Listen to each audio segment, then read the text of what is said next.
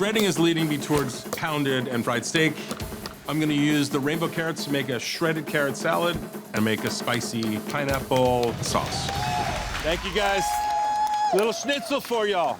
I love making schnitzel. I know that standard breading is great, but even better is a seasoned breadcrumb. Little pork rind in here. Pork rinds have tremendous flavor, so I wanted to crush those and add that to the breading.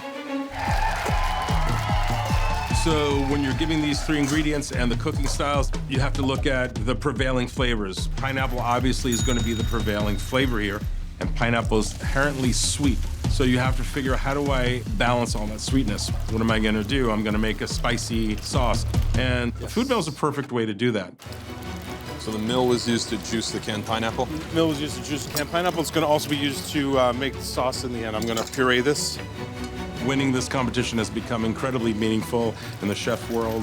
I've watched a lot of my friends and peers win those belts, and when you make it through this competition, it says a lot about your strength of character, your cooking skills, and who you are as a chef out in the world. You thought it was going to blow up, didn't you? Chef, what's the plan for the carrots? I'm going to shred them, turn them into raw garnish. In order to avoid all the time it takes to prepare carrots, which is a ton of time, peeling individual baby carrots would take the whole 30 minutes if I had to do it. Great way to do that is julienne or grated. Great job, Chef. Serrano? Yeah. I like the combination of cilantro, basil, and mint. I think it adds a Southwestern, Southeast Asian kind of feeling. And fried food and a raw vegetable salad are perfect together. It really is important to give yourself 5 minutes to plate. I put a swoop of the pineapple salsita down, and then I put the schnitzel on the plate. Obviously every battle and every win is crucial to get to the next step, but you're not gonna get to step 2 without getting through step 1. This is a sudden death elimination tournament. I did what the randomizer asked, and that is a great feeling. The winner is Rocco DiSpirito! Congratulations, Chef! Tiffany! Chef, talk to me. You have a plan? I'm gonna make pork cutlet. Okay. I'm gonna brine the pork, pickle juice. Perfect. And with the mushroom, I feel I can make a nice, fun gravy sauce that's gonna be creamy with polenta and the little napa, cabbage, bread and butter, pickle slaw, and portobello mushroom bacon using the air fryer. They give you any indication yet? Yeah, we're looking at a brined pork chop that's already in the vacuum sealer with the pickle juice, which is smart. Quick. Portobello mushrooms going in with a little bit of butter, so that's gonna be a gravy that's gonna be super what? Creamy. I feel a lot of pressure. I'm a 3 seed. I'm expected to win this round. After having a Cinderella run last year, I do not want to go home in the first round. Portobellos, typically, they're really good when you grill them or stuff them and bake them. That's what you would typically see. You know what makes things creamy? Heavy cream? Creamy. Oui, chef. But here in the TOC arena, they're looking for creativity. They're looking for different ways to utilize the portobello mushrooms. A little heavy cream and blending it makes a beautiful, creamy, silky mushroom gravy. 15 and a half. I'm gonna get some more mushrooms, Okay. put them in the air fryer. We're gonna air fryer the mushrooms. Yes. Oui, chef. All right.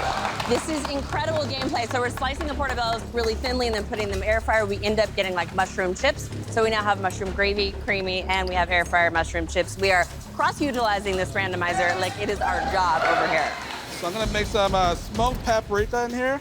Love Add that. a nice smokiness. So it Okay. almost makes like a mushroom bacon, as long as I can get that nice texture. I love a mushroom Okay. bacon. Going in. We are ready to get the pork chop going in the fryer. Yep, breading for the pork. Pickle juice and the egg wash dredge also. I'm a little nervous because air fryer is not something I use every day or ever. Chef, what's going into that pot, the little pot? The grit, chef. I don't want to just have one creamy component. I want to have 2. This is TOC. Being from the South, being from Oklahoma, I felt like a pork cutlet should go with grits. You want creamy? I'm going to give you creamy. Oh yeah. Nice cabbage over here. The last thing I'm making is a nice bright slaw to balance out the pork cutlet. Making a dressing for the slaw. Plus, I gotta use those bread and butter pickles more ways Next, I'm gonna use the pickle juice to make the dressing and use the chopped pickles in the slaw. To plate this dish, I want to highlight the nice creamy grits on one side, nice creamy mushroom gravy on the other side, the nice Napa cabbage, bread and butter pickle slaw in the middle. Chef, we happy with that? Air fryer done, golden brown. Placing the pork cutlet on top, and finishing with the mushroom bacon to add a nice, crispy, smoky component to my dish. The winner is... Congratulations, Kevin Lee! Yeah, I want to make clams the star of the show. And I've got clams steamed with andouille, so they're spicy. See, I'm making my black tea broth. Okay. I don't typically cook with black tea in a savory fashion. I've used black tea in dessert in the past, and that works nicely. With grapefruit, I'm gonna try to do that combination. Clam juice, some aromatics, vermouth, white wine, anisette. I'm thinking this is really a beautiful combination of delicious flavor. Torch. Yep. So just like that, the blowtorch was utilized to flame off the trio of alcohols. I'm thinking farro and broccolini, where they kind of play off each other. I like the toothsomeness of the farro and the broccolini. It's a nice contrast to the chewy clam. Where are we heading with those, Chef? I'm gonna char these with the torch. Look at that, that's showmanship. Flame on. Fire! Chefs have got to use the equipment and really put it into the menu mix, regardless of how great the dishes are. We just saw that in the first battle tonight, even tastes. And one chef won because of the randomizer. Spooned the farro and the broccolini from the bottom of the bowl, applied the clams that were cooked nicely. Sobel's pretty ahead of his clock, getting to really cherry pick the clams he wants. Ladled the broth over the clams and farro and broccolini. Added the crispy fried potatoes that were seasoned with sea salt. And then I carefully placed charred broccolini over the top of the potatoes. Getting out of round one is the hardest thing. I'm pissed off I lost last year, and this is my year. Done, done. The winner is... Adam Sobel.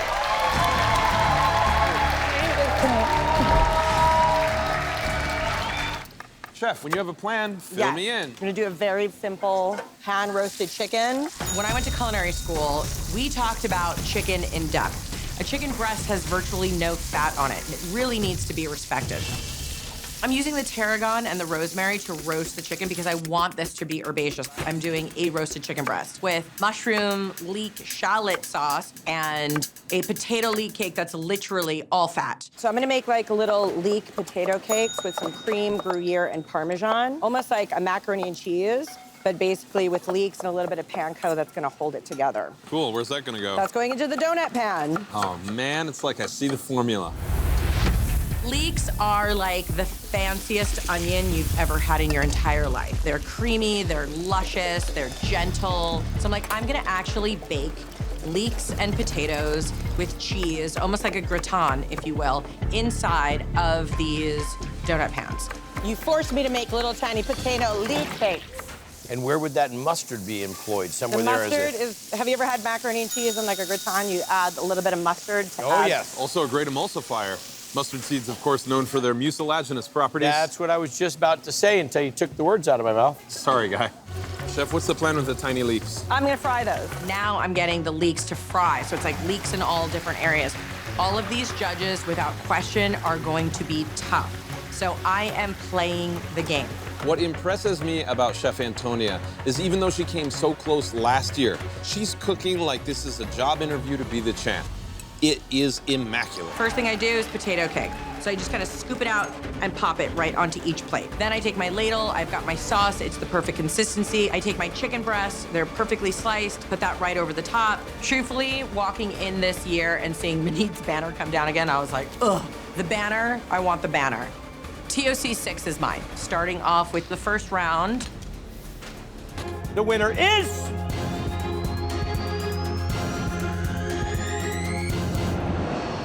Antonio LaFaso!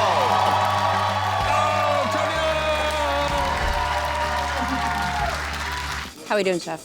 So we're gonna make a vanilla Yukon Gold brown butter mash. Yep. We're gonna Nut crust a turkey thigh, and then I'm going to make a light herb salad. All right. In order to get the vanilla flavor into the potatoes, I opted to steep my milk with a vanilla bean pod. That should sweeten it up and lighten it.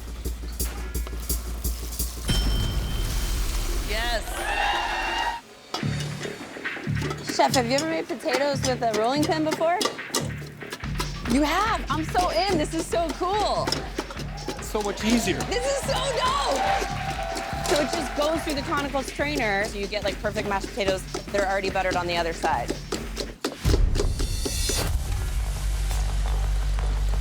So now we just added brown butter, which helps the nuttiness of it. We love nutty.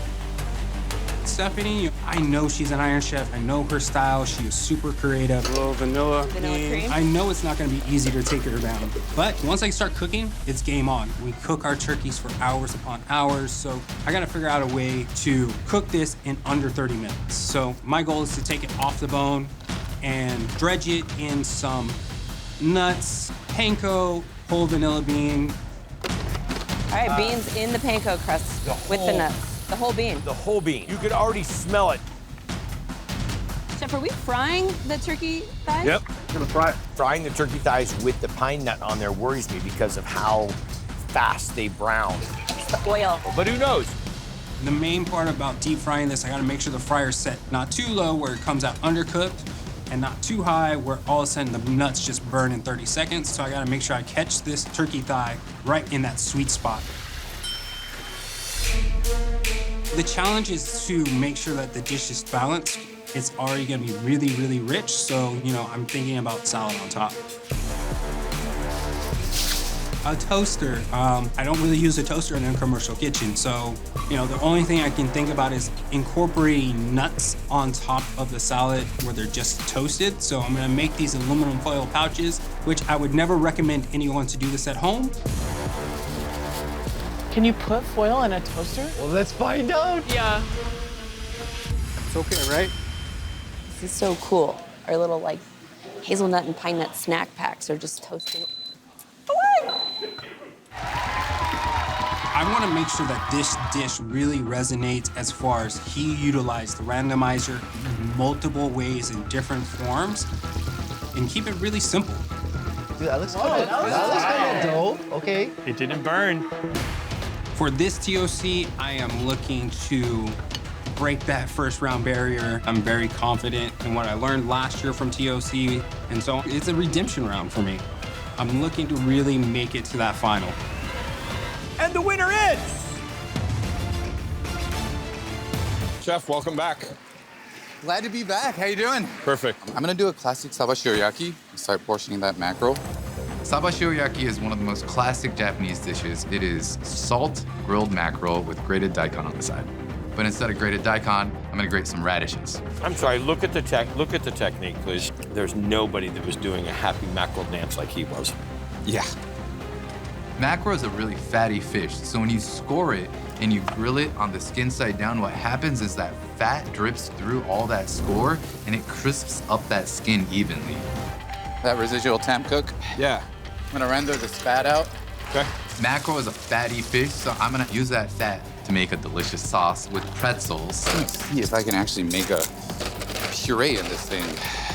It's not every day that you make a sauce out of a spice grinder, but this is TOC. Just oil and mackerel going into this pretzel. I don't know that I've ever seen anybody put hot liquid in the... Pretzels got that salt crunch. It's baked as well. Miso and yuzu just made an appearance. That's gonna be that acid component that's gonna pop. So I'm gonna do a great, like, daikon oroshi with the radishes and flavor my salad with it. I love it. Daikon oroshi. It's a classic accompaniment to saba shiroyaki. This is definitely going to be spicy, but I think that sort of mustardy spicy component is such a natural pairing with the fattiness of the mackerel. That it'll play in. Got it. Mackerel's fatty. That sauce is pretty rich, so I want a nice little herb salad to break it all up. I'm gonna add some grilled radishes inside of there, as well as grated radishes that was grated inside of the spice grinder. For me, it's really playing with that randomizer, trying to get those points. It's a minute and a half, FYI. First thing I do is I put my sauce down, I put my herb salad, and then the mackerel. I want that grilled skin to really show and stay crispy. Come on, buddy, what do you get? 30 seconds. Last year, I didn't get through round 1. I'm gonna do everything that I possibly can. I don't wanna sit there regretting that I didn't give it my all. See if this will work. And lastly, I dust this mackerel pretzel furikake on top.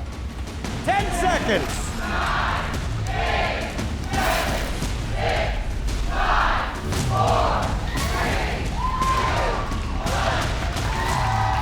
The winner is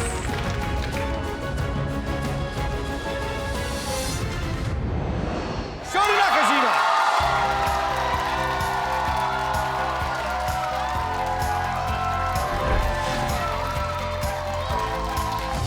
Okay, so what I think I'm gonna do is I'm gonna use the pork in 2 ways. I'm gonna do a grilled spiced pork loin, but I also wanna do the Anaheim stuffed with some pork. Okay. So the first thing I do is get the Anaheims on the grill. Get them charred because I need to remove that skin. So the Anaheim pepper is a variant of the New Mexico pepper. It was, I believe, transported to Anaheim in around 1894. They can be from green to red and a pretty nominal Scoville. That's how spicy it is. The pressure is definitely there. I don't want to go out on my first cook. You know, the whole reason I came to the TOC arena was to show the world that I could stand neck to neck with some of these amazing chefs. Really delicious, tangy, fresh cheese. Stuffed peppers can definitely look real rustic, but that's kind of my cooking style. I've spent like the last 14 or so years in Seattle as a chef, so my cuisine definitely falls into like that Pacific Northwest category. Very rustic. I never use a carving knife. I don't even think my parents owned one when I was a kid. Nice color, chef. That electric carving knife worked really well. Super smooth cut. I think I might actually need to buy one. I feel pretty good about it. I think it's gonna taste pretty good. We're just gonna go in. I needed something that kind of tied the dish together. The pork tenderloin is so lean, so I definitely wanted to have some kind of sauce with it. And I'm a big fan of like fresh, bright, acidic, herbaceous, and so I went with a salsa verde. And I thought I could thicken it and just kind of give it a little bit of nuttiness with the sunflower seeds. I'm really kind of hustling to get these components on the plate, but at the same time, I don't want it to be messy. I didn't want to cover up the pork tenderloin because I was really happy with the cook and the spice crust. I wanted the judges to be able to see that. I love that TOC does blind judging because it's literally just about the food, and I love that. The winner is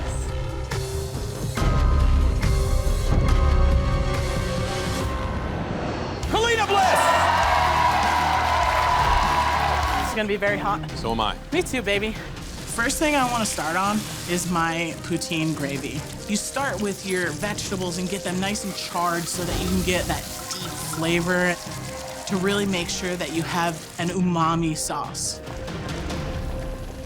Make some coffee, chef. Coffee. Oui. What the coffee is gonna do for the gravy is it's gonna add it depth, and also it punches up the beefy flavor of that top sirloin.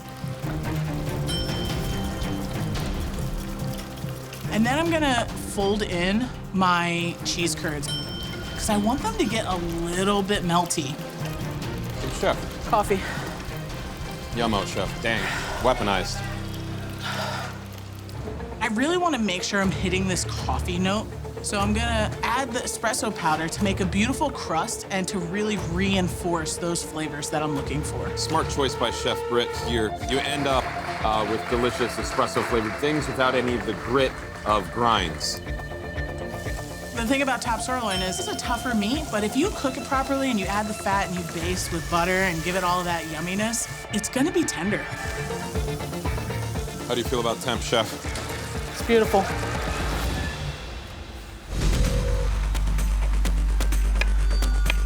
Chef, what's the plan for potato? Whipped potatoes. Heard. Whipped potatoes are a very traditional French thing. You add a ton of butter, a ton of cream, with some bay leaves, some sage. I like it, I like it, I like it. And you whip them. This is by far the most pressure I have ever felt coming into TOC. I understand that I'm a #1 seed, but Chris O has way more competitions under his belt than I do. He is the king of flavor I was once an 8 seed. I know what that's like, and I did it. And I just can't let Chris do that to me. I cannot.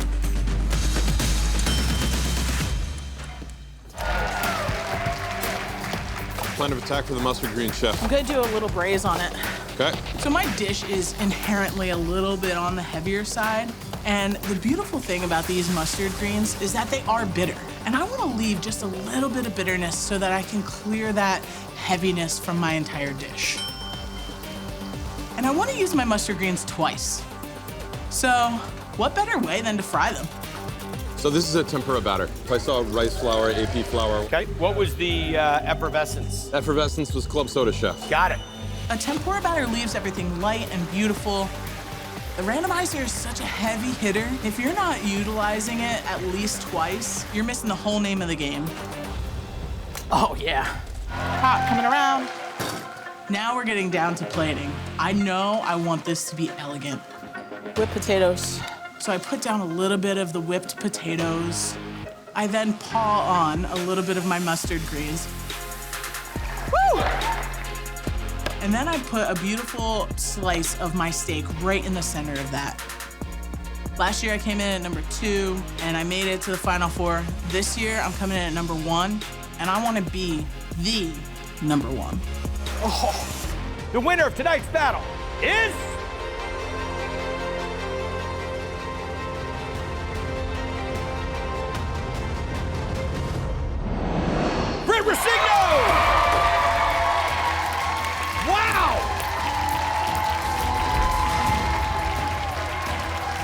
All right, Tiffany, we're going somewhat southern here. You have a plan, I have a pin. Let's go. One of my favorite ingredients in the whole wide world is corn. That plays into that southern style of okra and shrimp cuisine, so we're doing a little shrimp and grits action.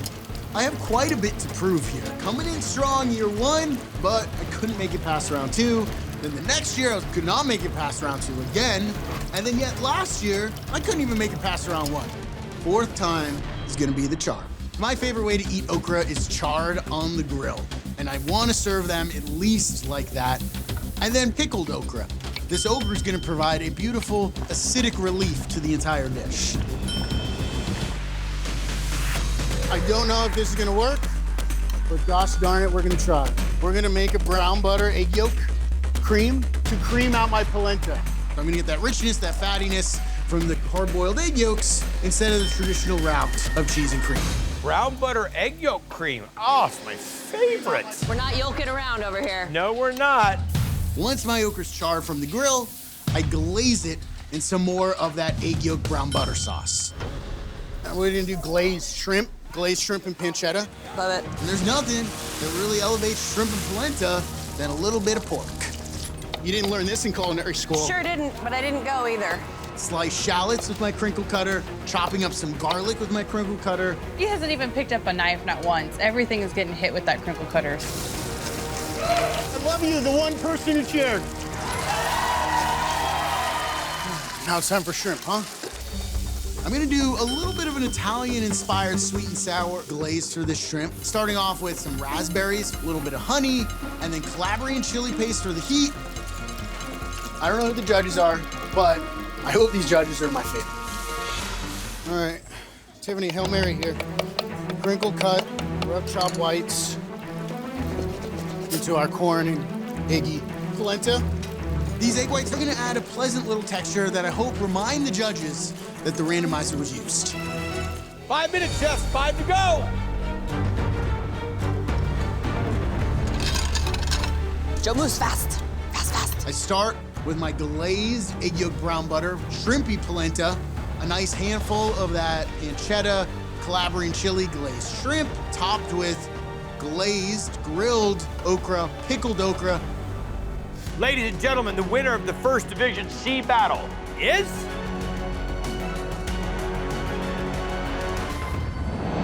Congratulations, Joe Sesto. Congratulations, brother. Thank you. I'm just gonna make a fast Romanesco puree. Okay. And umami glazed lamb loin chops. My first objective is the idea of satisfying the colorful aspect. A lot of my food in general is very colorful. I mean, I live in Hawaii. Romanesco is part of the cruciferous family, and the flavor is not that different from cauliflower. So I made a Romanesco puree. It's basically meant to be this binding sauce on the bottom of the plate. And you look at a vegetable like Romanesco, and it's so beautiful and it's so colorful, and I just wanted to use that in multiple ways. So I threw it in blanching water first just to make sure it was cooked through, and then into the halogen oven to kind of give it a little bit of color.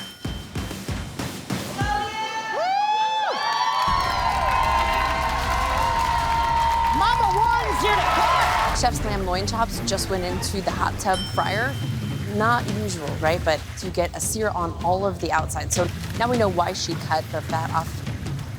Smart. And then it's going in the halogen oven. Very smart, very smart. We'll see how this lamb turns out. I'm gonna do a quick pickle. Okay. Some Romanesco and some family cruciferous. Family cruciferous. Sounds like a Wes Anderson film. I make a pretty strong pickling liquid, and that is gonna be the acid that goes into my salad. Color, babe. We love it. It's ready to go. These are perfect. Mid-rare right now. I'm gonna give them a reverse sear. Coming together. I'm a mess. I'm like, oh God, orange marmalade. There we go, marmalade. So I make this very, very quick pan glaze with the marmalade. Vegan pineapple. I'm often called that. It basically makes this like meaty, sort of sweet, bitter glaze. I think it's the perfect foil for the lamb chops. Chef Leanne has done so much work. Time management is key in this game. Getting everything on the plate is so critical. I'm not sure it's gonna happen. Glazy McGlazerson. So it's like big black plate, beautiful Romanesco puree down. Next, that sweet umami glazed lamb, and then like my Romanesco. 15! Pickled vegetables. Time is winding down, and I'm not sure they're all gonna make it to the plate. Oh my God! 5, 4, 3, 2, 1. Stop working! Stop working! Hold it out! She did it! And the winner of tonight's second battle is...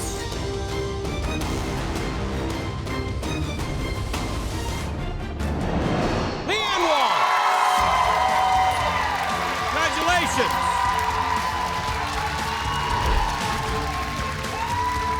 Chef, when you have a plan, I have a pen. Yeah, we're gonna make beef and cotton gnocchi. Yep. Do a beet and beef ragu. We're gonna get the box grater going ASAP with those beets, and then we're gonna focus on the beef. Beets. Rendering the fat, Chef? Yes, it's gonna be probably for the greens, maybe for the ragu as well. We love it. And seam around the silver skin, just using that top piece at first. Chef, are we going to the grinder or going straight No, into I'm gonna the... hand cut. I don't think I got time. We only got 30 minutes, and I Okay. wanna get that flavor developed. Berber. There it is. This Berber spice is gonna bring ginger and peppers and peppercorns and a little bit of heat. That's going to become a ragu. So berbere is a North African spice going in on top of that. There's almost no better spice to kind of encompass that qualifier than berbere. So this ragu is something that I would do low and slow. But in order to achieve this flavor and texture we're looking for, I gotta get it seared and get it into the pressure cooker. Using this box grater on celery and leeks. We're gonna get some of this beet water in there, get some color on these. Choosing to braise this is a high risk, high reward sort of technique. Well, the judges understand everything that goes into the butchery and the dicing and the pressure cooking of it.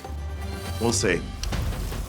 So the beet greens are blanched, and then they're gonna get sauteed in the same pan that I roasted that beef in with a little more of that suet. Gochugaru. That's delicious.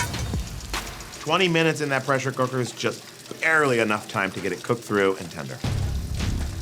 As soon as I open it, I know we're in a good place. The sauce is reduced, it's rich, it's sticky, it's thick. More spice. Are you happy where you're at with that, Chef? Yeah, beef tender, I'm feeling good. So first I put down my beet greens, I place my gnocchi next to it, and then the beef ragu goes over top. I garnish the gnocchi with the suet toasted Berber spice butter crackers.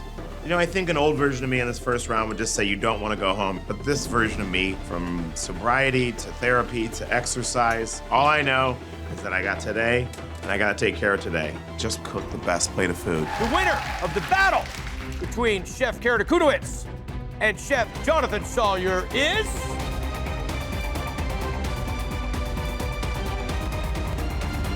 Jonathan Sawyer! Wow!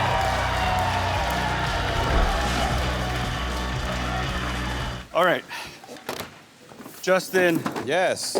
What am I doing here? You're gonna tell me once you have a plan. All right, I'm gonna attempt to stuff these racks, actually. I'm looking at oyster mushrooms and I'm thinking, oh, it's a duxelle. You like oyster mushrooms? I love oyster mushrooms. Highly prized in many Asian cuisines. I'm gonna make your oyster mushroom loaded venison chop with a red curry base. I'm gonna put some the ginger in here too. Crystallized ginger is not a wild card for me. I cooked with a lot, I grew up eating it. I think it's also great with venison. Let's start getting a sear on those guys. The gaminess will play well with the sweet kind of herbaceousness. I usually come in trying to make Asian dishes. I'm just leaning into the flavors of the ingredients on the randomizer. What's going into the juicer? I'm going to fortify this sauce with lemongrass, galangal shallot, curry paste, and coconut milk. These are flavor bomb tricks for chefs. crystallized ginger going in there as well. Oh man, that's good. I will not want to show my head in public if I'm out round one. All right, ginger, juicer, loaded, venison rack. I'm gonna make a hole in the rack, but I'm gonna also stuff it on the bottom and the top so every bite has some stuffing. I think that filling implies loaded, and that's the tail of the tape. More loaded stuff. I'm really hitting this oyster mushroom hard, and in a way it makes sense. I'm gonna try to, like a stuffed noodle on the plate actually as well. I'm gonna hard seared oyster mushrooms with the curry sauce. And then I literally make it into a spring roll. Like a chung fan, like a Chinese loaded noodle. I start with the filling, the duxelle. I put the chung fan down. I layer in the chop, the curry sauce on top of that. This is the randomizer on plate. And the winner of tonight's final battle between Chef Jetila, Piet Spain, is... Chef Jetila!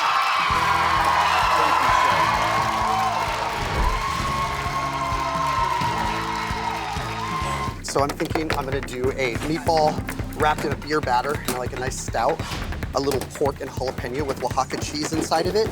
The whole base of it is going to be a dark mole rich with cinnamon, chilies. Yes. I'm gonna get that stuff going right away, just kind of roasting.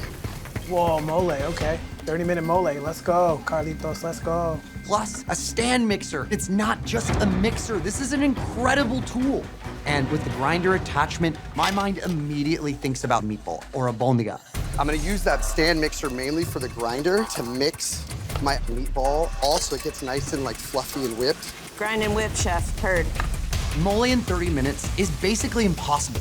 But I know that if I get this going right away and if I focus on my technique, I can make it happen. Carlos Anthony coming in as one of our young guns in this tournament. He's fast. It's one of the things I love seeing, these young chefs that come in, that shop quickly, cook quickly. I don't know what's moving faster, his feet or his brain. Pepitas peanut sesame. We're gonna go mole, chef. I see it. Hole mole. Now I need to start on my meatballs. Carlos is gonna grind here. Make it country style really tender is difficult. I think grinding would be where I'd be going. The jalapeno went through the grind there. Yeah, I charred one and I also put a fresh one in there. So cheese inside of the meatball. Yep. So we need to cook the meatball to melt the cheese. Yep. What is the plan for the batter, chef? Stout batter. I got it right here. I'm thinking like the stout will go really good with that mole. I like that, chef. You know? Yep. When these meatballs come out of the fryer, they look melty and gooey and delicious. But honestly, I'm nervous. I mean, this is not the best move. Fried them, pulled them, battered them, fried them again. No flour on the outside. I don't know. Trying to batter something that's hot usually kicks off the batter. I understand the richness and complexity of mole, so I want to have something that cuts through that. Okay, we're gonna pickle a couple things. What's going into the pickling liquid, chef? Red wine, vinegar, sugar, salt. I'm gonna pickle jalapenos and a little bit of red onion. This is gonna add the acidity that my dish is craving, and also uses that randomizer one more time. I wait until the absolute last second to pull these meatballs out. To be honest, I don't have time to check them. I put down my mole, which is absolutely gorgeous and smooth. My pickled red onions and jalapenos add just the right touch of acidity and sweetness and heat. 30 seconds. I drop those abonigos into the center of the plate, and I finish the dish with a little bit of cilantro and grated cinnamon right over the top.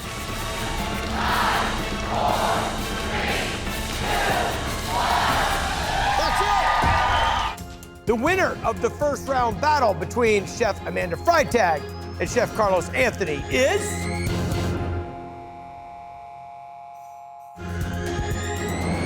Carlos Anthony!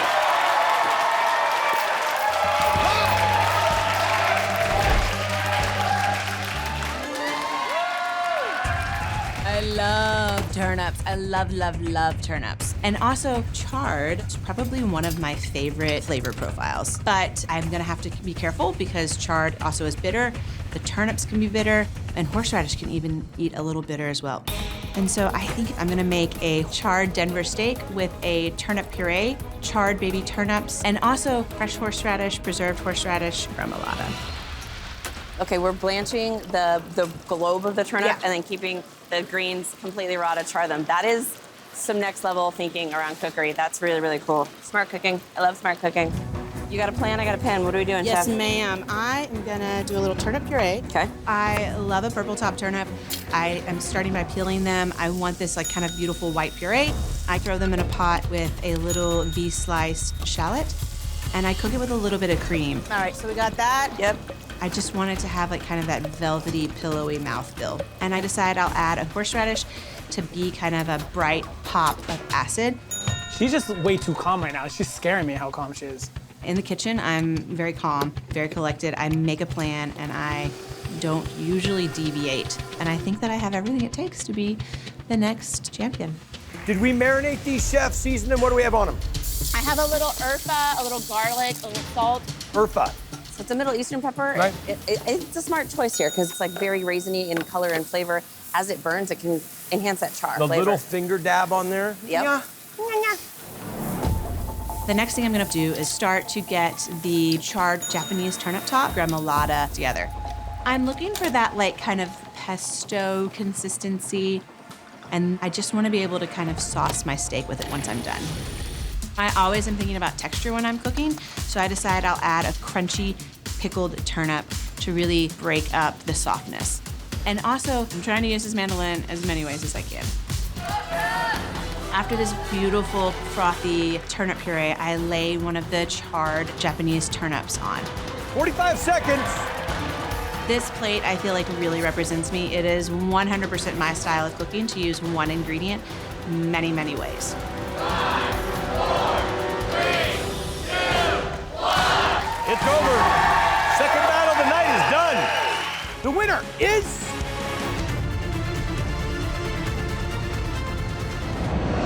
Congratulations, Sarah Bradley. Good job. Thank you. Good job. And so I'm making a turkey cutlet with a radicchio citrus salad. Hello, chef. Oh, it's heavy. Okay.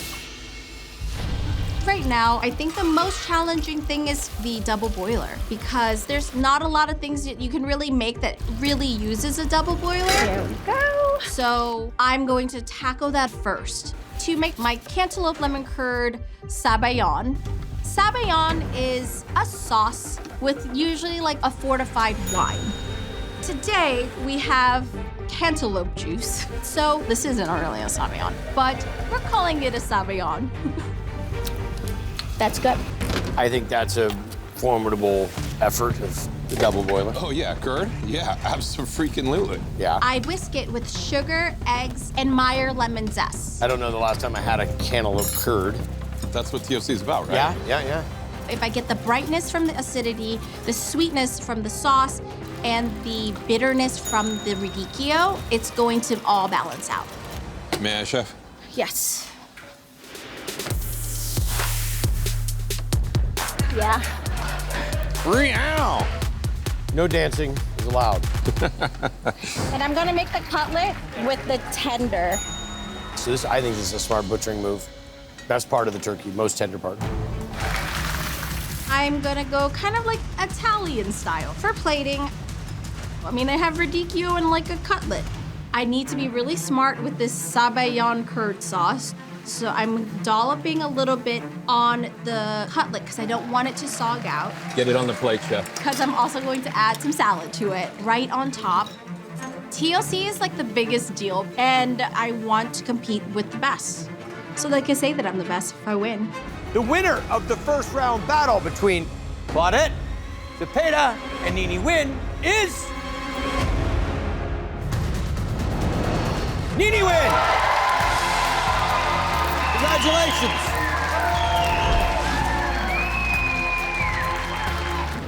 Chef.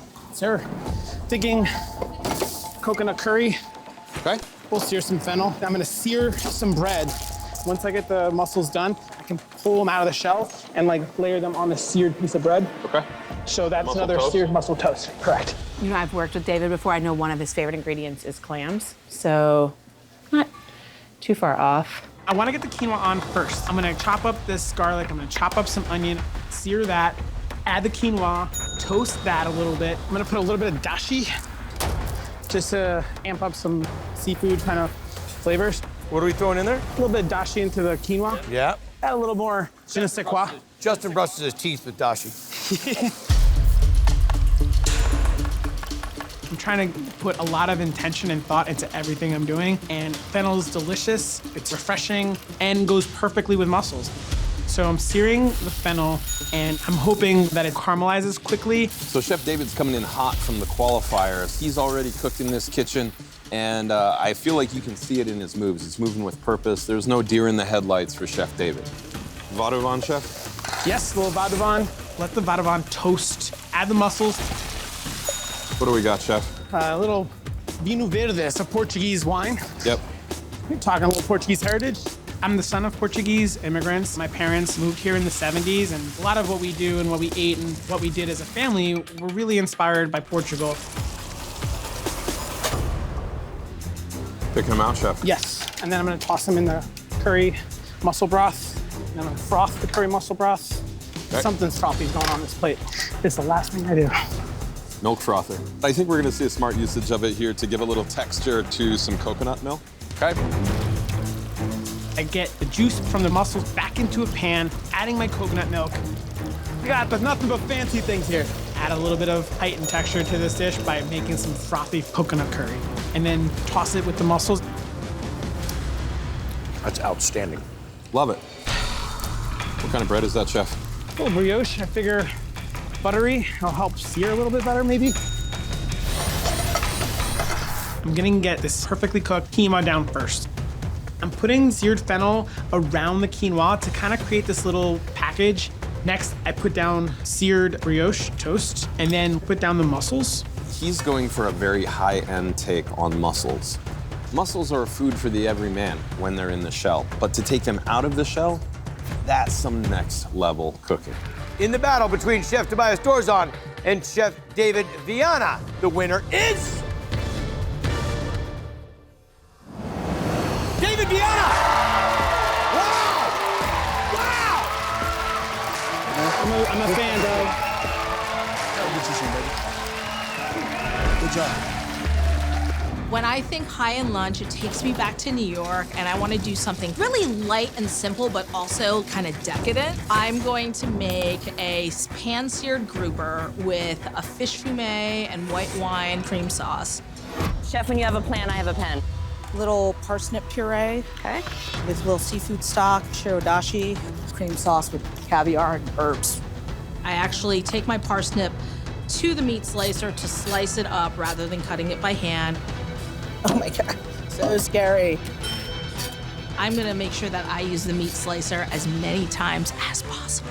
I get them in with some butter, garlic, cream, a little shirodashi. I love shirodashi. I like literally sleep with a bottle of it next to my bed. It's just got the pure flavor of the sea. I definitely want to include in this dish to bring up all those seafood flavors. Fumet is aromatic fish stock. I need this fumet cream sauce to be like a nice blanket on top of the grouper. Just threw some chervil, thyme, and tarragon in there. Because this is high end, it's decadent, it's bright, it's acidic. I can taste the wine, I can taste the fish stock. I saved some of the cream from my parsnip puree, and that's gonna go into my fumet herb sauce. I'm utilizing everything that I have rather than discard that cream. Nice parsnip chips coming out, making sure those are nice and crispy. Crispy bread. Do you work with grouper a lot? No, because I live in Hawaii and I don't. It's not a big island fish. No. I'm gonna use the grouper back, which is that sort of nice meaty part. She's making sure that skin stays on the bottom of the pan so that it gets crispy all the way around. If it doesn't touch the pan, it can't get crispy. I add butter, tarragon, and thyme to it, and then I just kind of flip my fish over to rest in the pan and carry over cook. I'm taking a huge risk because I want to make sure that the residual heat from the butter in the pan are enough to bring the fish up to the temp I need it to be. Grouper is like turkey breast. It's delicious when it's done perfectly. If it's over, it gets really dry. First thing I put on is the parsnip puree. Next thing I put on is my cooked grouper. Spoon my sauce onto the grouper. I've only made it to round 2 the past 2 seasons, and I'm gonna break my curse, and I'm gonna make it to the 3rd round. Parsnip or block with caviar? I'm changing my order. I don't want Jonathan. I want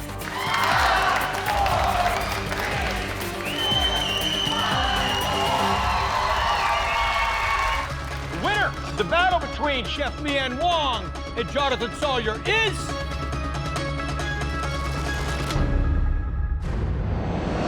Leanne Wong!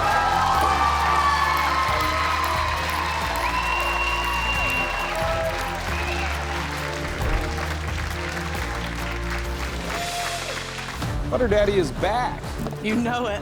This randomizer is totally working for me. Family inspiration hitting hard right now. Every year for my grandfather's birthday, he always requested a lobster. So I already know I'm going country style polenta because that's what my grandmother would have done, with some butter poached lobster and peas. I really don't want these lobsters or the peas to overcook whatsoever. So I'm making sure that I have that ice bath there to shock them and really stop the cooking process. Shocking, Chef. Very.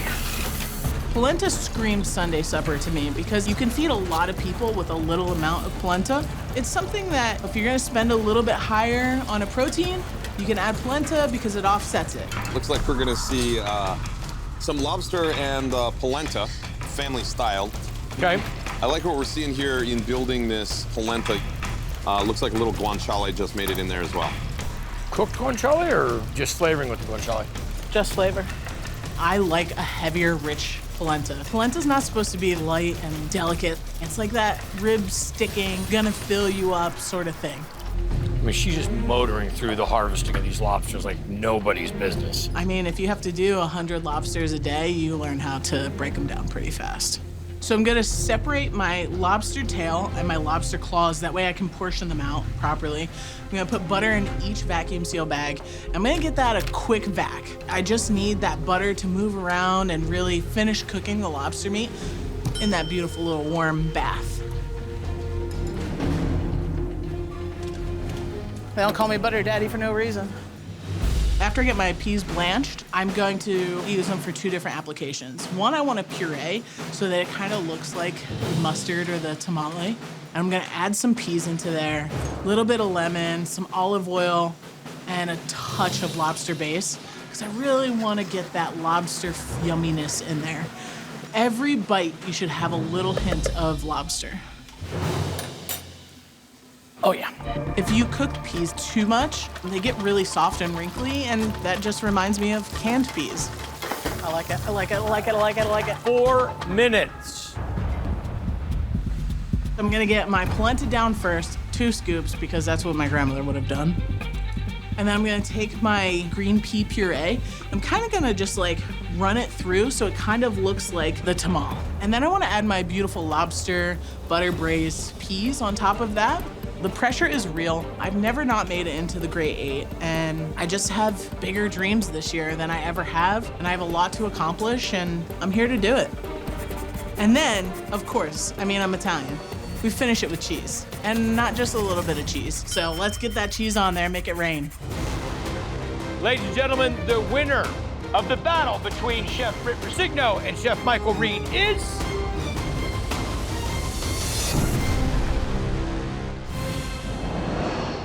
Britt Persigno! Britt Persigno. Wow, she did it again. Did it again. It's me or you She did against it again. Great job, man. I had it. Cornish game hens are essentially little chickens. I am saving the breast and the wing and then the thigh and the leg, but I am separating both of those pieces, so I'm pretty much like quartering it. Me and my guy, we just got a grill this year. Okay. So we're gonna do grilled Cornish game hen. Probably finish it a little bit with the Sally. Plans for the salamander. I want to char some of the cauliflower in it. I think I want to lean a little Asian with this. I want to do a bunch of different pickles, maybe like some kimchis with it. With the cauliflower, okay. This is actually going to be a little bit of the marinade for the bird. Gochujang, a little soy, a little mirin. My flavor profile is going to be a little sweet, a little spicy. That's big flavors. Awesome flavors. Right? I'm big on flavors. I like the spice. I like the ferment. Let's get a little more fish sauce in there. If you haven't used fish sauce, like if you're looking at it saying, try it. Dude, umami and fish sauce is next level. So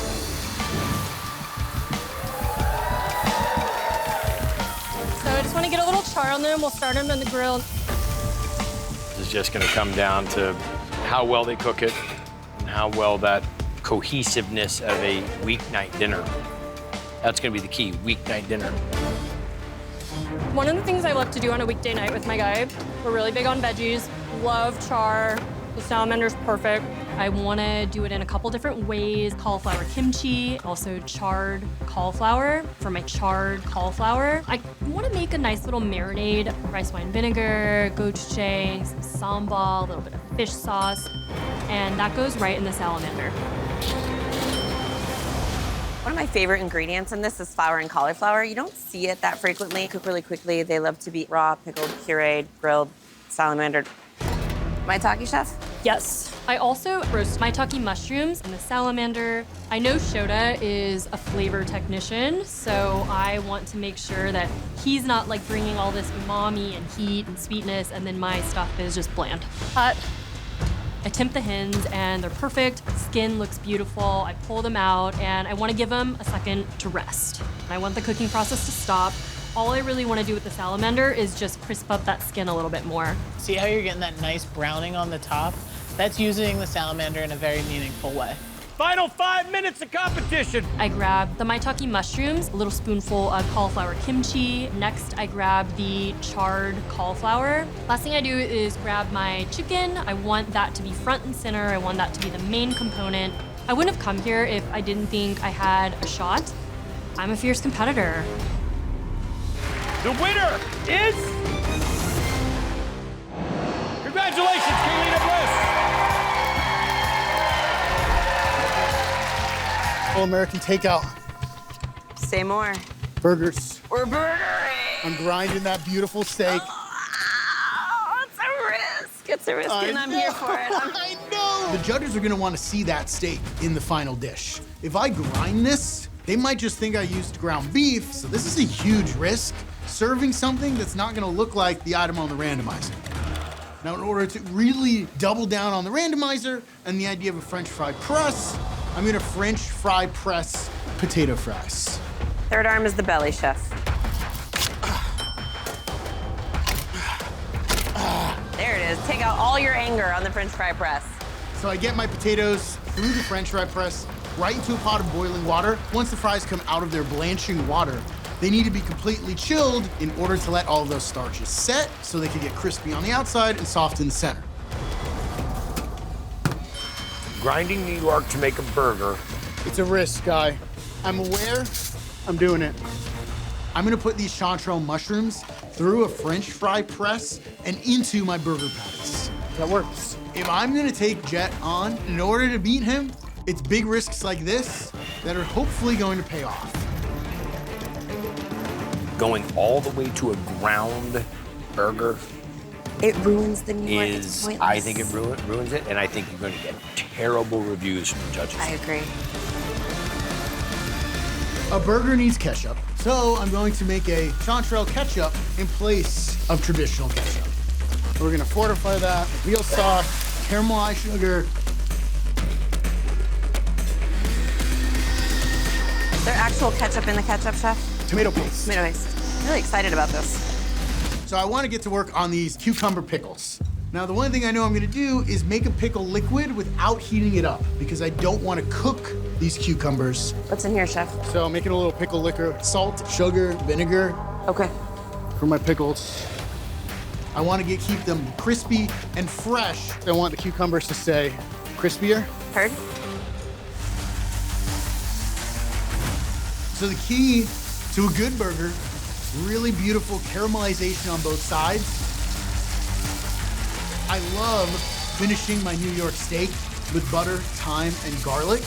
I'm gonna do the same thing with these burgers. Great sear on those two. I love your crust on that. 5 minutes, chefs.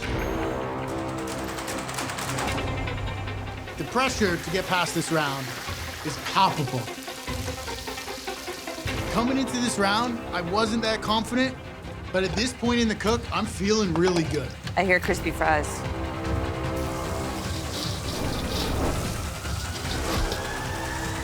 I never get to feed you, Guy. Haha! This is a chat.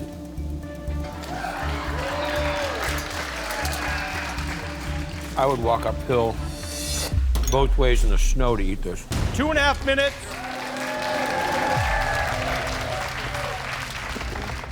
I start the to-go containers by starting with the chanterelle fried rice.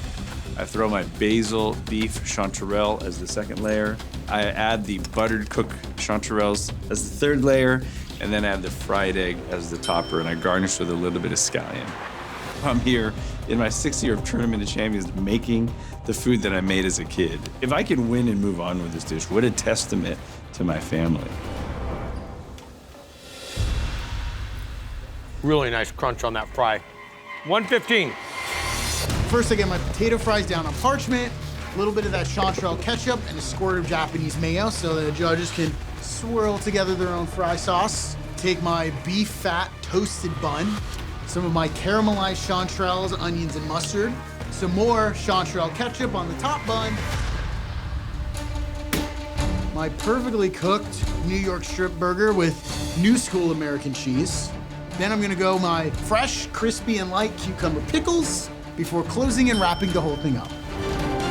5, 4, 3, 2, 1. That's it!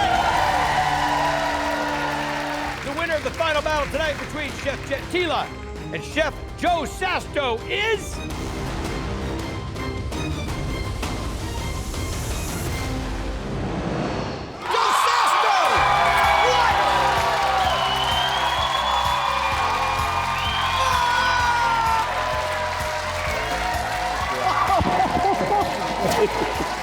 I love you. I love you, brother. Oh my God. I'm going to make nachos with Korean chorizo with delicata squash queso sauce, because what other food do you know that is messier than nachos? Nachos! Squash going in the cream. I'm gonna make a squash queso sauce for the nachos. Porterhouse pork chop is very hard to cook because the chop and the loin is all in one bone. They cook very unevenly. So I'm going to separate the chop and the loin off the bone and use those two proteins differently. So grinding it with the fat cap, chef. Fat caps on, get nice and fatty. It's gonna be kind of like chorizo, Korean chorizo. A chorizo, is that what we're calling it? Chorizo. Are we grinding those aromatics in here? Yeah. Smart, smart, smart. I got serranos going in to make it spicy. It's very risky to take a primal cut of meat like that and grind it into something that's not recognizable. But this is TLC 6. If you're not willing to take risks, you should stay home I'm gonna use the loin in a separate application. Part of the porterhouse is the loin. Typically, I would use a mallet to pound it down, but they gave us a tortilla press, and I'm going to use a tortilla press. Okay. They became instant cutlets. Cutlets. That was cool. Chef's starting to work on the base for his Korean barbecue sauce. I'm making a sweet and spicy sauce. Gochujang sauce is the main ingredient that really brings everything together because that is sweet and spicy and has a lot of umami flavor. Gochujang, sugar, scallions, garlic, sesame oil, soy sauce. It's gonna go in the chorizo marinade. It's also going to the pork loin marinade to really deliver on that sweet and spicy. So galbi essentially? Yep, galbi, spicy pork. I'm hitting those randomizers with the jab, hooks, and uppercuts to win this round. Squash, they're very dense, so they fry really well. Cornstarch, chef. Cornstarch. Great. I'm trying to see how I can utilize the squash in multiple different ways to really deliver on that randomizer. After dropping it, getting it nice and crispy, I'm gonna toss it in some gochujang to really reinforce the spice and bring some texture to the dish. Pickle, chef? Pickles, sweet spicy pickles. This is such a smart dish for messy. It's America's favorite messy dish.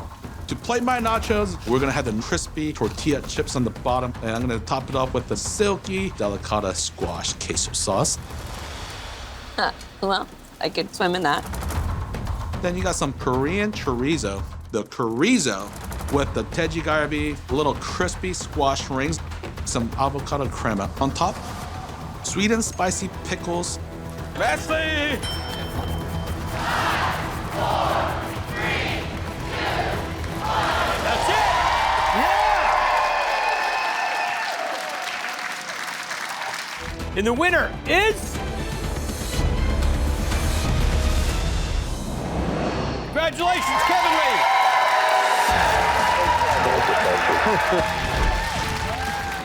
Chef, when you have a plan, fill me in. I'm gonna do a play on steak au poivre with shishito, green peppercorn au poivre, and then steak frites. It's an updated classic for sure. Now let's start on our au poivre. Steak au poivre is like my go-to when it's cold outside and I want like a glass of red wine. I want a steak au poivre. But to add to the peppers that are normally in a au poivre sauce, which means peppers, I'm gonna add shishito peppers. I'm gonna make it a rich, decadent, peppery sauce to pour over the steak.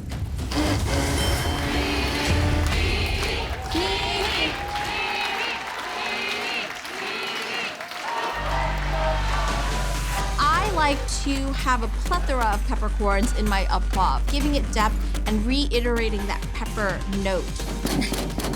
This is Carlos's face. Whoa! Aggressive. I thought we were friends. Just kidding.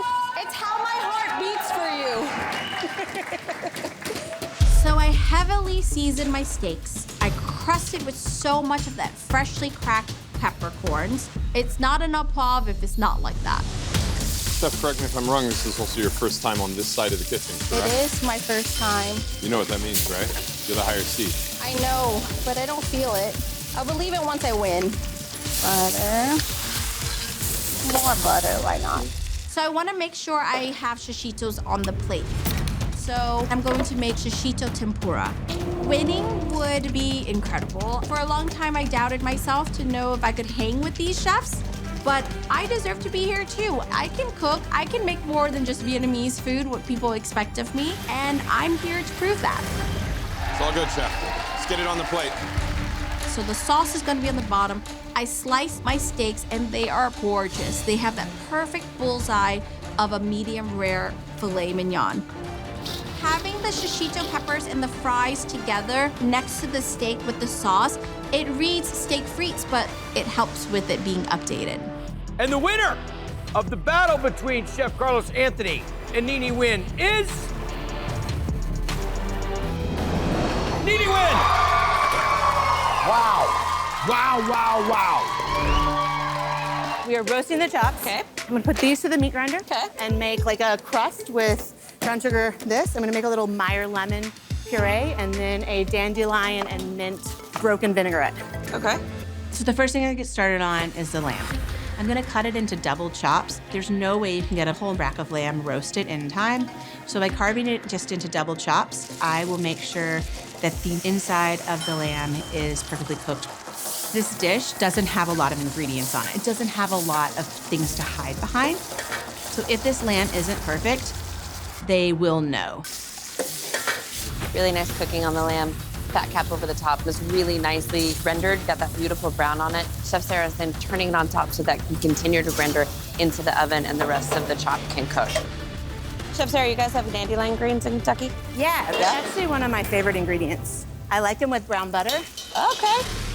Once I see it nice and brown, those chopped dandelion greens go right in there with it.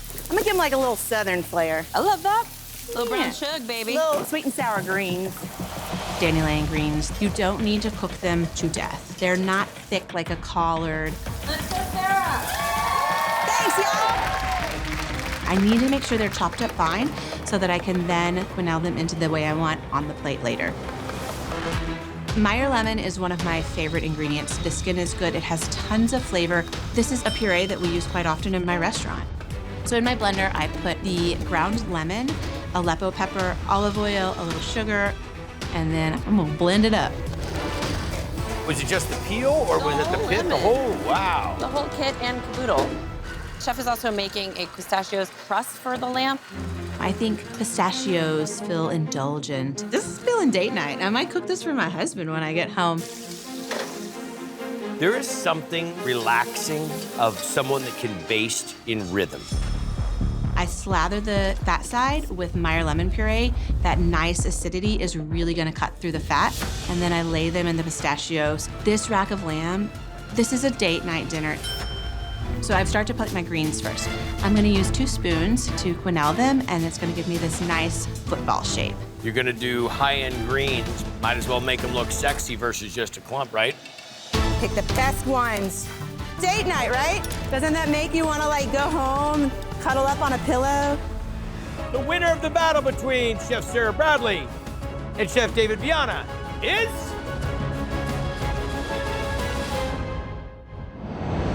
Sarah Bradley! Wow.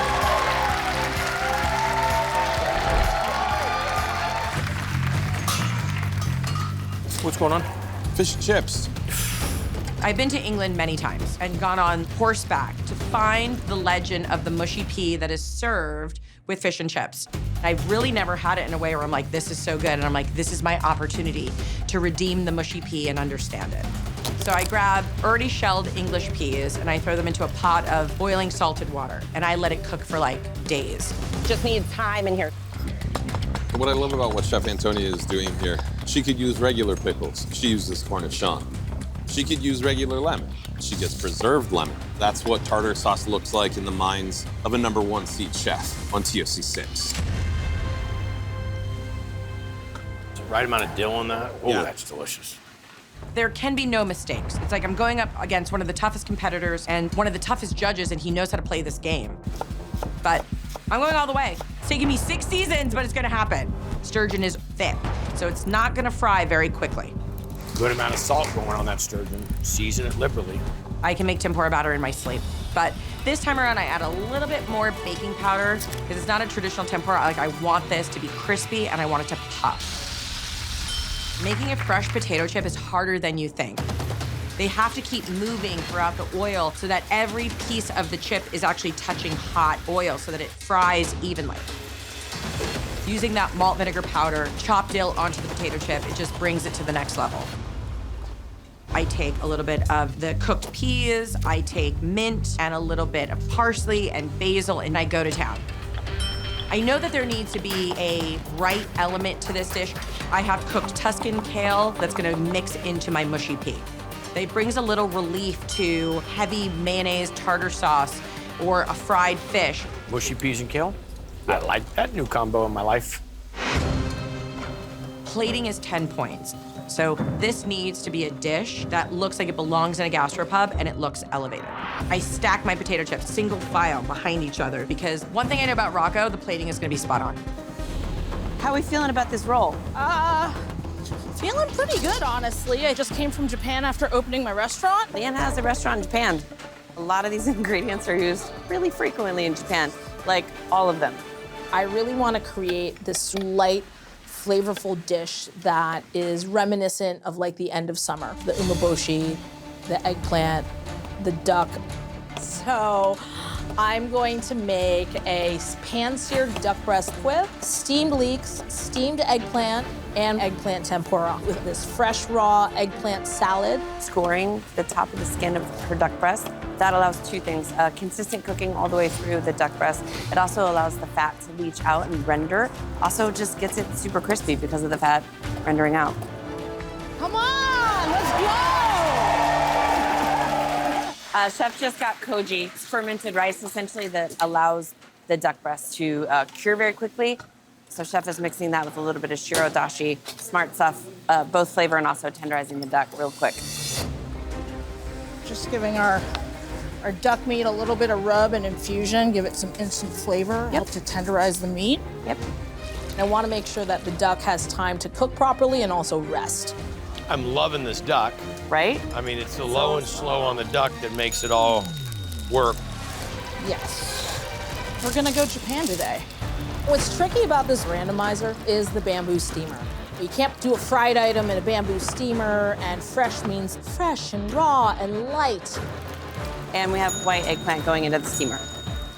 Japanese prize the top half of the eggplant. They consider the flesh a little bit sweeter. There's fried in there too, so I want to do some eggplant tempura. Vodka, soda, that's pretty much it, flour. Vodka goes into batters. All the alcohol, as it pushes out when something is frying, allows that tempura batter to be super, super crispy.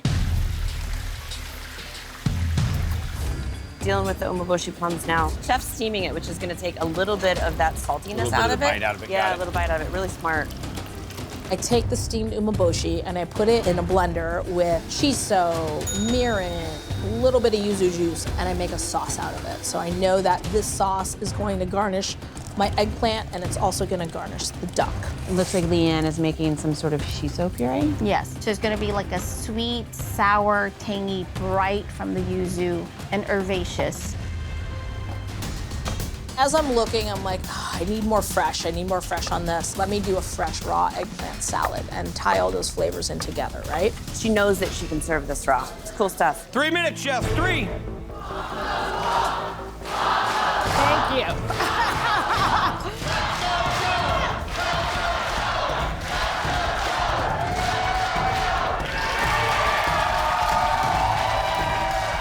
She's plating in the steamers.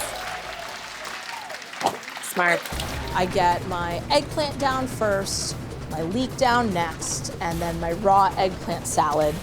I got my squeeze bottle of umeboshi shiso sauce, which I put on the eggplant. I slice my duck. It's tender, it's juicy. I put the duck on the plate. I've got my eggplant tempura. I'm nervous. It's emotional for me because I've had such a really difficult year. But I think I'm hungrier for it than anybody else here. Ladies and gentlemen, the winner of the battle for the Division C title between Chef Joe Sasto, Chef Leanne Wong is...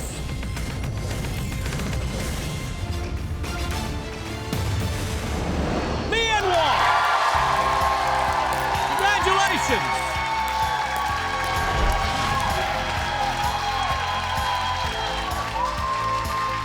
I'm making a fruity and nutty farotto with seared beef oyster steak and a beautiful herb and frisee salad. And pizzelles. What's the plan? Farro. Okay. Nutty? Nutty. Farro is naturally nutty. Farotto is farro that is cooked in the style of risotto. So it's creamy, it's luscious, raisins. In the pressure cooker with some veal stock, raisins, pine nuts, pistachio, and farro. So that's ticking the fruity and nutty combination in one go. I'm gonna use the pressure cooker, which is so sketchy. I don't know what's happening in that pot, because once you seal it, set it and forget it, and that's my nutty component and my fruity component. Big risk, big reward. Snap. All right. Pizzelles are usually a sweet almond cookie. I'm going savory. Black pepper and dill emphasizing that savoriness. First, you're gonna cook the longanisa in here, get the fat and the flavor on there. Yep. I use the fat. Yeah. And all the flavoring. The randomizer is worth 40 points, so I want to make sure that I'm constantly hitting that. So using the fat that rendered from the longanisa sausage in the pizzelle maker. This is one of my favorite holiday cookies. You could see the fat that seeped into the pizzelle from the longanisa sausage. It's looking mighty fine. Pizzelle. Pizzelles. This is the quarterfinals, and I need to make it to the semifinals. Beef oyster steak, a fantastic piece of meat. It is super tender. It's very easy to overcook. My protein cookery is usually on point. Let's blend with the avo, chef. I'm gonna do an avocado vinaigrette. Okay. I'm gonna do a salad to really brighten up everything. Okay, got it. The beef oyster steak and longanisa all are inherently super fatty. So I'm gonna toss an herb salad to top my dish to make it light and fresh and yummy. I know that I wanna make this another star of the dish. First, I'm gonna grill some avocados, and then I'm gonna make an avocado vinaigrette. And I'm gonna dress the avocados with the avocado vinaigrette. Looking good, chef.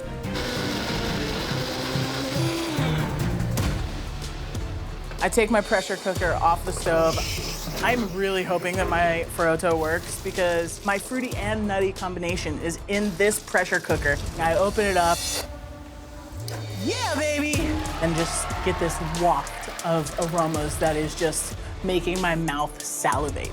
The first thing I want to get on my plate is my fruity and nutty Ferotto. Steak on top of the Ferotto. Next, I'm gonna get my salad on top with the longanisa sausage. Put that as a nice little pile on top. And then lastly, my pizzelle. 5, 4, 3, 2, 1. That's it. The winner is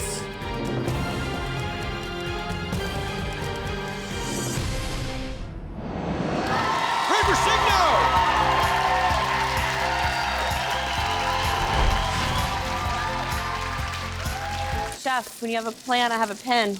I'm gonna cook picanha. I'm gonna get black garlic, black vinegar aioli, Raya egg yolks. I'm gonna do the matzah a couple different ways.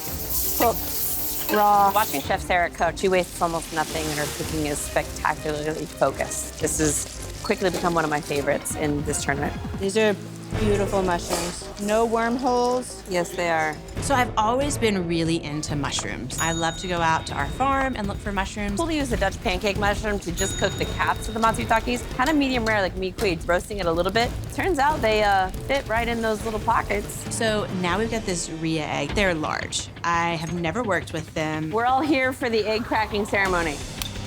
Never gonna think of an egg the same. I'm gonna make a pancake batter to cook in there, and I'm gonna do one little slice of maitake right in the middle, and then I'm gonna make a black vinaigrette aioli. Smart. Ria aioli.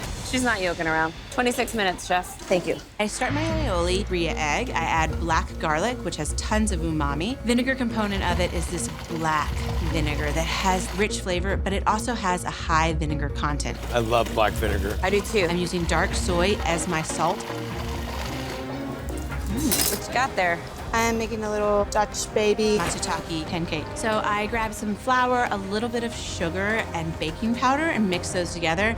Then I take some of the Ria egg because I don't want to work the dough too much. Where are we at? She's making little Dutch baby pancakes. I really want to get mushrooms into every part of this dish. So as I start to put the batter in, I'm going to drop one of my really perfectly thin sliced raw matsutake tops. Chef Sarah Bradley might be new to the TOC family, but when I tell you she's not new to competition cooking, Top Chef runner-up, Top Chef World runner-up, our first and only Chop legend. This chef is no joke. 8 minutes, chef. Preserved lemon, Meyer lemon. Preserved lemon and some of the beef fat. So one of the ways that I'm going to incorporate salt is adding preserved lemon. So this is a great application to include for the salt and vinegar component. I plan on dressing my grilled matsutakis with it.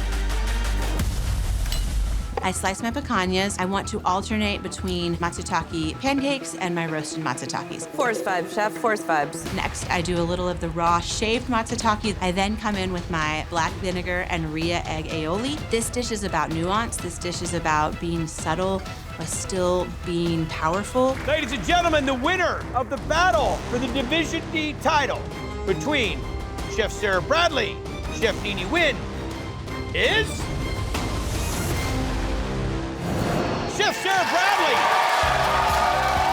No second, man. I love you so much. So I'm thinking I'm gonna spice my pork cheeks with a lot of Caribbean flavors. I'm gonna make a corn puree, because hello, smooth. I'm gonna add coconut to it. And so I think all of those flavors are gonna marry really well with the use of peanut butter. All of this makes sense in my head, and I've never made this dish before in my life.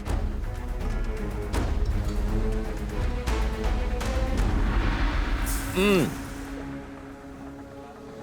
It's got a little meal to it, but it's yummy. Yeah. I like hot. That's my kind of hot. Getting this braise done as fast as possible. I want to get a char on all the vegetables, and of course I want to get a browning on the meat. I start with roasting mirepoix, carrot, celery, and onion, and garlic in the pizza oven.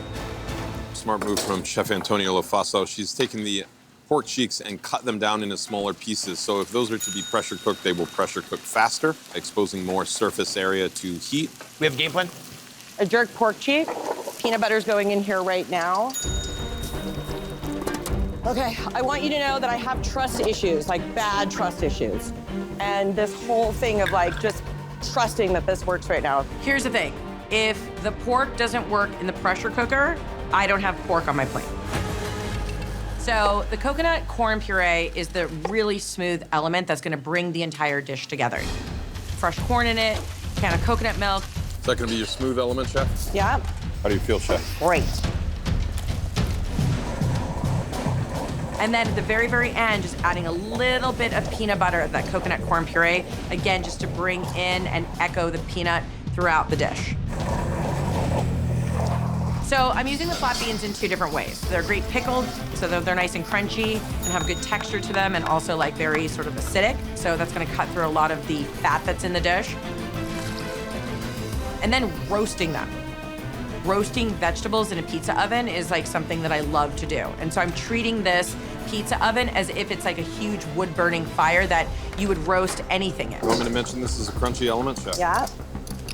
Once the flat beans have a really nice char to them, I pull them out, throw them into a bowl. I throw a little bit of chili crisp, salt, fresh lime juice, and cilantro. I just toss it and set it aside. I gotta get my pork out. Good, bad, or indifferent. Moment of truth. Taste a piece of the pork. Oh, look at that. And I can just feel it in my finger. It just like presses and smushes. There it is, creamy pork cheek. I put a beautiful couple dollops down on my plate of that corn puree. The braised pork cheek right next to it. Those chili crisp Romano beans. I'm feeling confident with the dish, and I've never made this dish before in my life. The winner of the Division A title and the last battle of the quarterfinals is...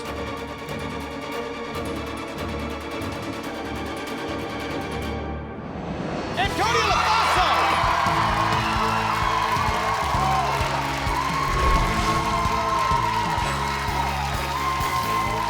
Talk to me. So I'm gonna do the whole fried fish. So I'm gonna do, I know. Having traveled a lot throughout the Caribbean, literally like boats would pull up into the sand, whole fish would come out, throw it into the fryer, and escabetch the whole top. It's good.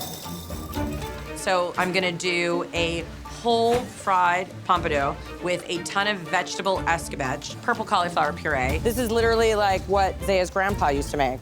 Yeah. Like it was like a porky escabetch. My daughter's grandfather is Jamaican, so it's very much in my wheelhouse. It's very much like flavors that I'm familiar with. And where are all these going to fry? They're gonna fry in my fryers. You think it's gonna be able to fry in time? I'm gonna fry in time. I'm starting right now. I'm gonna pull them out. I'm gonna let them rest, and then they're gonna go right back in at the very, very end and get nice and crisp. What's the plan with the carrots? To escabetch them. Got it. Because this is a fried fish, the escabetch comes from highly vinegared and pickled vegetables. Then I take the purple onions and just let them roast. What's the plan for the figs, Chef? I'm gonna grill some of them on the lava stone.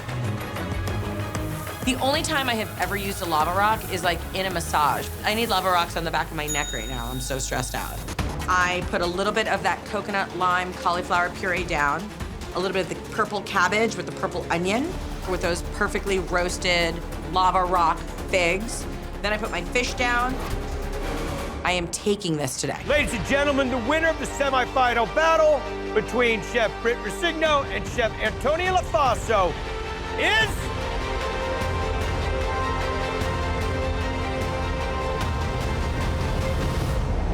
Antonia Lafaso! Wow!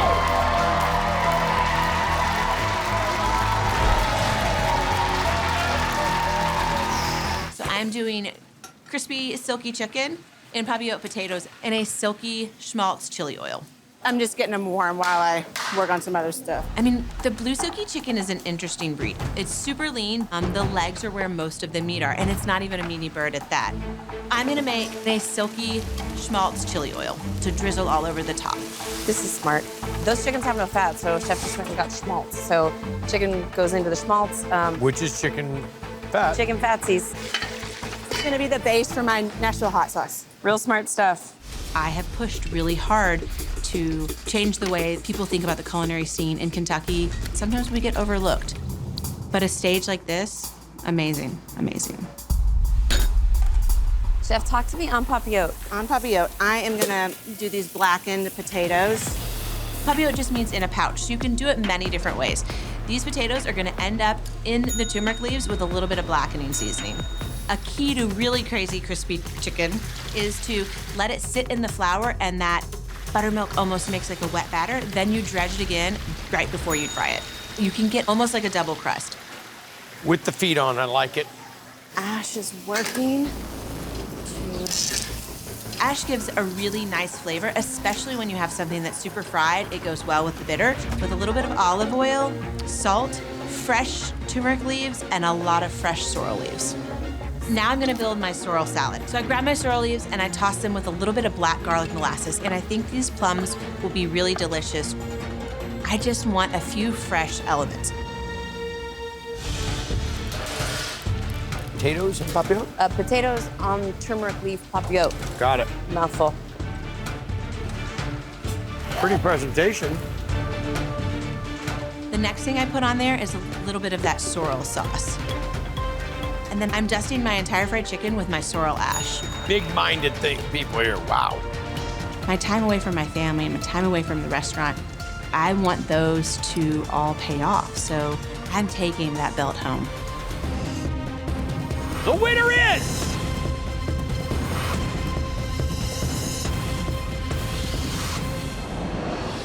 Sarah Bradley!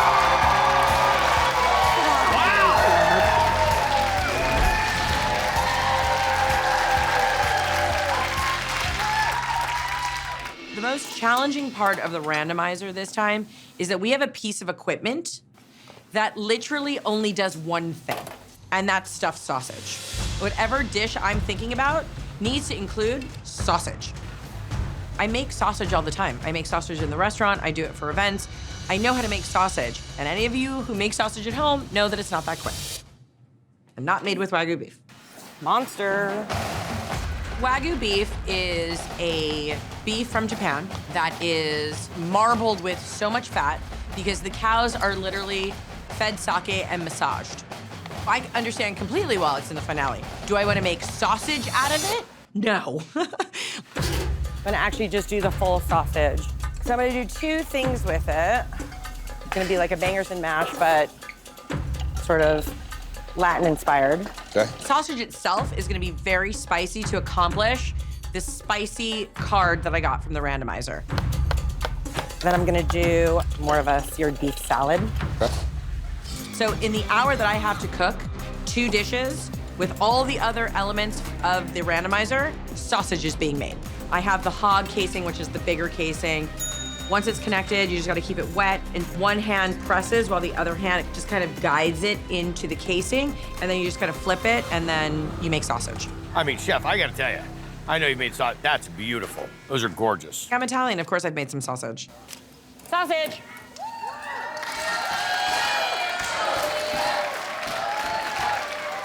Got the sausage!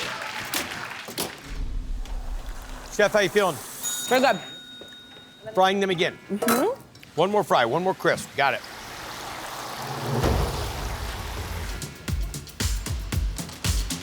Chef, I say you taste the wheat locote feelings. I mean, it's good. It's basically nice and mushroomy. I've always put huila coche in sort of the mushroom family. Like, I like to use it in butters. I like to use it in creams. So I'm gonna put it into the cream for the mashed potatoes and just try to make like a perfect potato puree with huila coche in it. Huila coche cream, let's go. I also know that I wanted to make a huila coche mayonnaise to go onto the cold beef salad.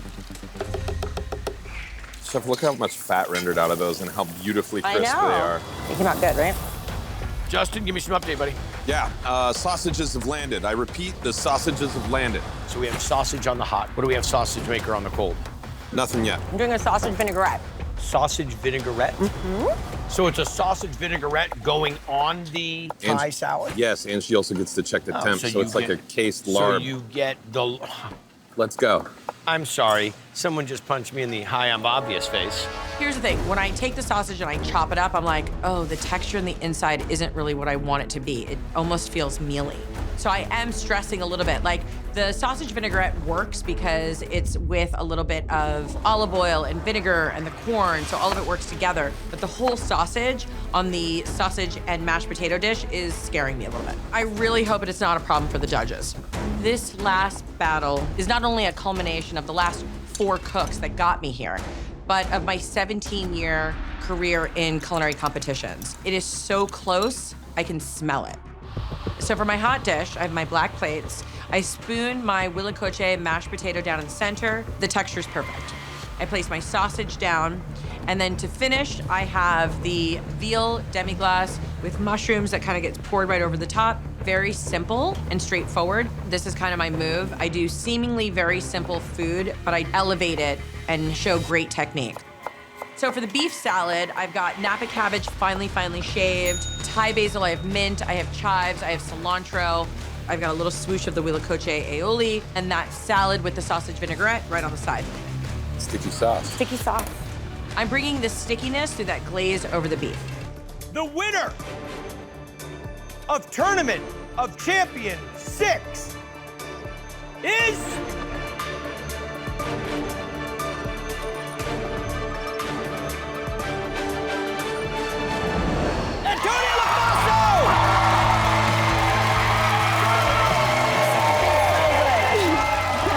I'm so happy for you.